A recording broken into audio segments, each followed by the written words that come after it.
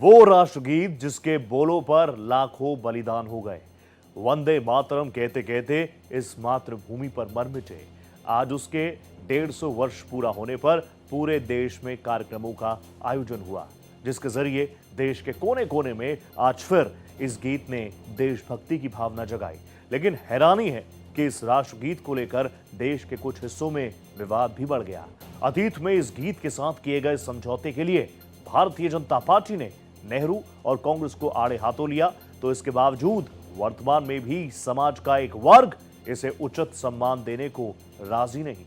देखिए आखिर जश्न के मौके पर बवाल क्यों।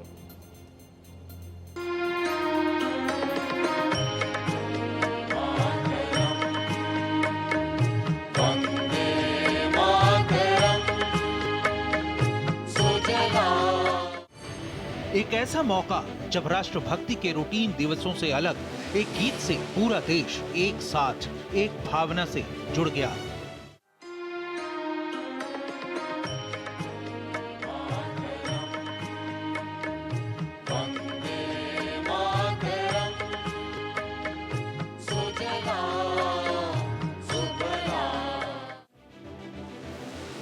राष्ट्रगीत वंदे मातरम के 150 साल पूरे होने पर प्रधानमंत्री नरेंद्र मोदी ने दिल्ली के इंदिरा गांधी इंडोर स्टेडियम में 150वें वर्षगांठ समारोह का उद्घाटन किया।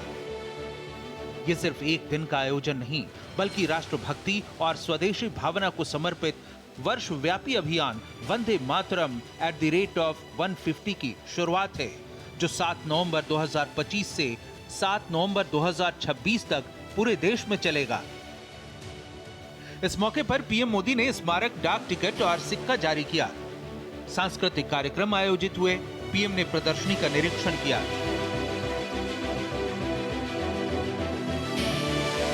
आज शुरुआत में उत्तर से लेकर दक्षिण तक, पूरब से लेकर पश्चिम तक देश के हर हिस्से, हर वर्ग में वंदे मातरम की गूंज से भारत माता की आराधना का उत्कर्ष दिखा।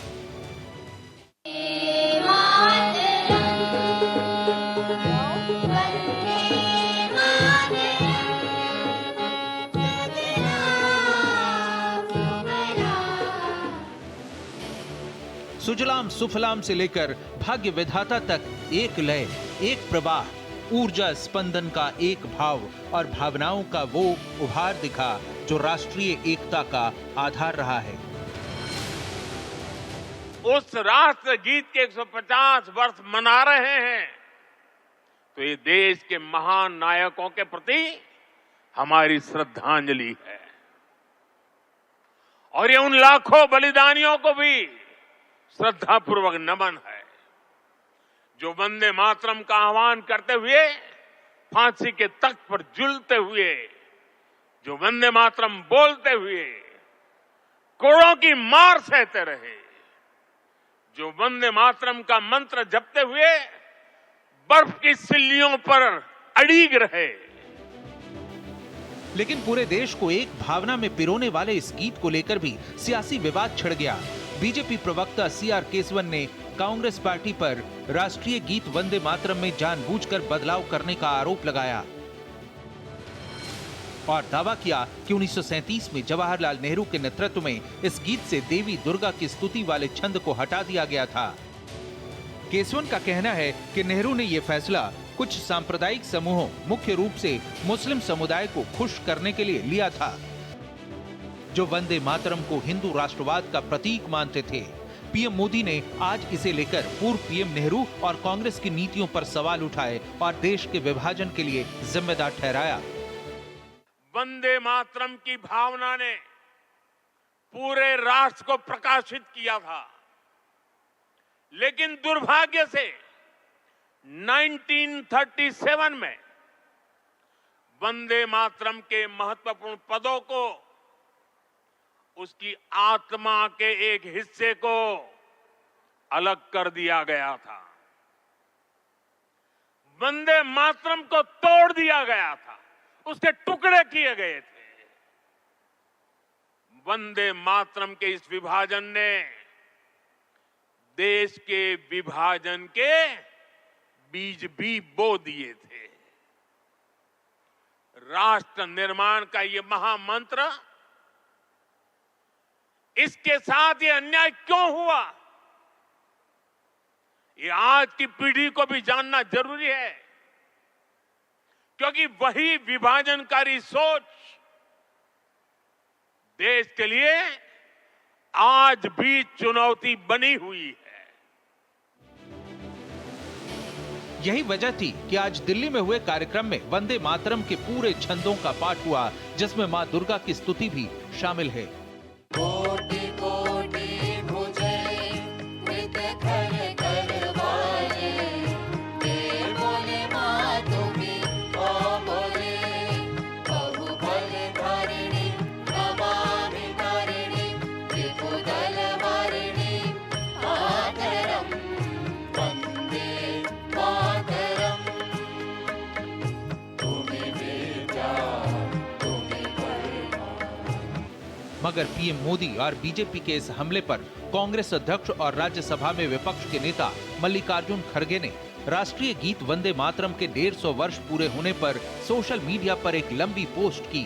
अपनी पोस्ट में एक तरफ उन्होंने जहां वंदे मातरम के साथ कांग्रेस के जुड़ाव के बारे में बताया, वहीं दूसरी तरफ बीजेपी और आरएसएस पर निशाना साधते हुए लिखा कि इन संगठनों ने अपने कार्यालयों में कभी वंदे मातरम नहीं गाया। इसके बजाय वे नमस्ते सदा वत्सले गाते हैं, अपने संगठन का महिमा मंडन करने वाले गीत गाते हैं।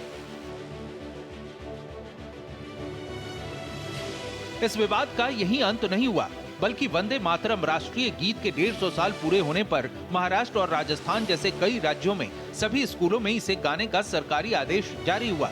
इस आदेश पर मुस्लिम समुदाय के लोगों ने नाराजगी जताई। समाजवादी पार्टी के नेता अबू आजमी ने विरोध करते हुए कहा कि मुसलमान वंदे मातरम नहीं बोल सकते। उन्होंने चुनौती देते हुए कहा कि मुझसे बुलवा कर दिखाओ। बीजेपी ने इसके बाद अबू आजमी के घर के बाहर वंदे मातरम पढ़ा। बीजेपी इसे देशभक्ति का अनिवार्य अंग बताते हुए कहती है कि देश में हर रहने वाले को वंदे मातरम कहना होगा। जिन्हें ऐतराज है उन्हें पाकिस्तान चला जाना चाहिए। वंदे मातरम के 150 साल पूरे होने के उपलक्ष्य पर प्रधानमंत्री नरेंद्र मोदी जी ने कैबिनेट में निर्णय किया है कि वंदे मातरम के गायन का कार्यक्रम पूरे देश में होना चाहिए। इसी कार्यक्रम के तहत हमने कोलावा में जो है वो कार्यक्रम का आयोजन किया है। ये कुछ लोगों के घर के पास में है जो लोग वंदे मातरम का विरोध करते हैं। हमने ये सोचा कि उनके घर के बाजू में अगर कार्यक्रम हो तो उनको आने जाने में सहूलियत होगी, सुविधा होगी। वो कार्यक्रम में आएंगे, वंदे मातरम का गायन करेंगे, लेकिन वो नहीं आए। इस कार्यक्रम के माध्यम से हम उनको ये संदेश देना चाहते हैं कि इस देश में रहना होगा तो वंदे मातरम कहना होगा। जिन लोगों ने याकूब मेमन की पिटीशन के ऊपर साइन किया था, ऐसे सारे लोगों के घर या दफ्तर के सामने वंदे मातरम के गायन का कार्यक्रम होगा। चलो चलते हैं सरहद पर, मिलकर जान देते हैं। बहुत आसान है सड़क पर वंदे मातरम पढ़ना। ऐसा है कि देशभक्त का सर्टिफिकेट कोई देने वाला नहीं है। मैं इस मुल्क में रहता हूँ, इस मुल्क में टैक्स भरता हूँ, इस मुल्क में मुझे संविधान ने इक्वल अपॉर्चुनिटी दिया हुआ है। अगर मैं अभी साटम जी से कहूँ या मैं अभी जो है हमारे और लोगों से कहूँ कि आप नमाज पढ़िए, आप कलमा पढ़िए, तो क्या पढ़ेंगे वो? मैं कहूँ तो मैं गलत हूँ, मुझे नहीं कहना चाहिए बात।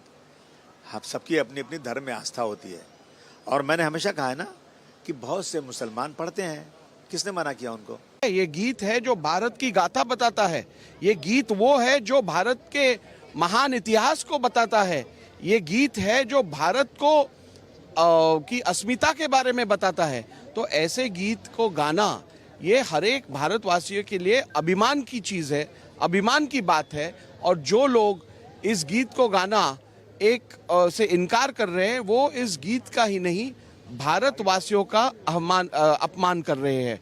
और मैं समझता हूँ कि जनता ऐसे लोगों को सबक सिखाएगी और निश्चित रूप से मुझे पूरा विश्वास है उन्हें उनके गलती का एहसास होकर वह हमारे साथ मिलकर यहाँ पे वंदे मातरम गीत जरूर गाएंगे।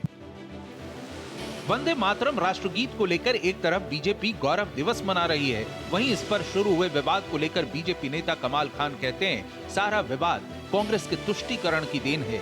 इस मामले में इस्लाम की धारणा के हवाले से वो विरोध की राजनीति पर भी चोट करते हैं। वहीं अनुराग ठाकुर ने भी राष्ट्रगीत को भुलाने की साजिश के आरोप लगाए हैं।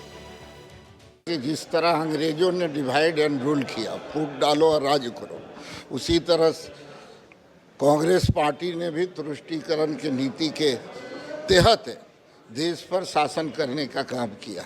जबकि वंदे मातरम का अर्थ होता है उर्दू में माँ तुझे सलाम।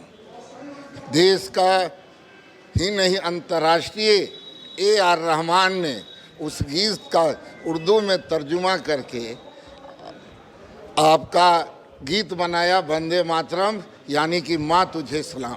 आज पूरा दुनिया सुन रही है और वंदे मातरम ने इस्लाम में भी है। वंदे मातरम के 150 वर्ष को इस अमृत काल में एक अमृत उत्सव के रूप में मना रहा है। वहीं कुछ लोग इसको भुलाने का प्रयास कर रहे हैं, मिटाने का प्रयास कर रहे हैं। उनकी सरकारों में, स्कूलों में इसको अनिवार्य नहीं रखा गया, सचिवालय से इसको हटा दिया गया।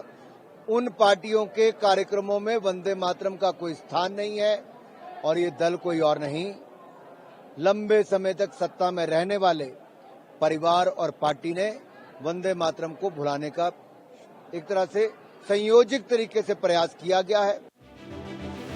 राष्ट्रगीत को बाल गंगाधर तिलक ने राष्ट्रीय प्रार्थना कहा था तो अरविंदो घोष ने इसे वो मंत्र बताया जो भारतीय आत्मा को जगाता है। गांधी ने भी इसे राष्ट्रीय गीत कहा और हर सभा में गवाने की परंपरा रखी।